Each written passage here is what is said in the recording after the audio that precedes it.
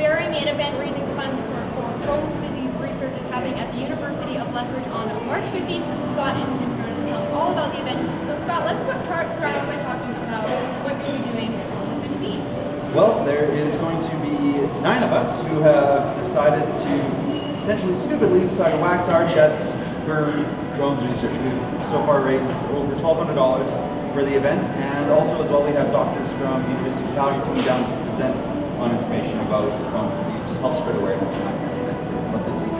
So what was the idea behind waxing your chest for fundraising? Well, it started when both my brother, my sister, and a student of mine were all diagnosed with Crohn's disease all within a year of each other, and I felt pretty helpless throughout the whole thing. So one day I was, moving around looking down and realized, wait a minute, I have a pretty hairy chest. And I'm willing to bet people would pay money for me to wax it. So that's where it kind of started. It was just that idea, and then it started just to snowball from there. And I got help from the University of Calgary, and then from the ORS, which is the Organization of Resident Students at the University of Lethbridge, and it's turned into the big event which it is now. Amazing. Yeah. And Tim, this is probably very personal for you, close for you, because you actually have Crohn's disease. So maybe for people who aren't as familiar with the disease, explain how it affects you. Well, it's pretty rough, especially right up to diagnosis. We call it the gum disease because it affects you anywhere in your digestive tract, and it's pretty rough. It's also pretty uncomfortable to talk about. It's not as easy as a broken arm or something like that, and it can be really debilitating. Once you get diagnosis, then you're kind of on route to getting better. That's where I'm at right now. I'm on a bunch of treatments and a bunch of drugs, and it's making a big difference. And once you get to this point, it's quite manageable, but there's still not a whole lot known about it, which makes it quite difficult. The whole process leading up to it, not a whole lot of people know what's going on, and that's got to be one of the hardest things.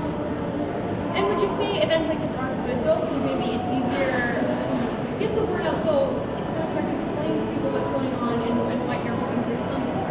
Yeah, absolutely. It's getting the word out, getting the name out of what Crohn's disease is, and some of the complications and things that it can do really makes a big difference, as opposed to trying to have to explain to everybody and just being sick all the time. It gives a different name, and just awareness. People get more familiar with it.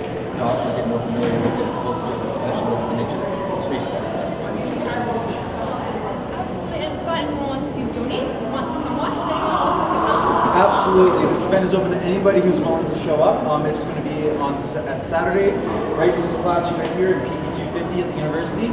If you want to donate, we have a Facebook page. If you search Bearing It for Crohn's, B-A-R-E, and search bears, if you will. You search that up. There's a link on there you can donate to. If you want to donate cash directly, we'll take that as well. We'll have these lovely t-shirts for sale, and absolutely, you can feel free to come by. It's open to anybody who's willing to show up. Perfect. That's great. Thanks so much, Scott. Absolutely. Thank you. So much. We really appreciate having you guys join us today. So that is the Bearing It event happening at the University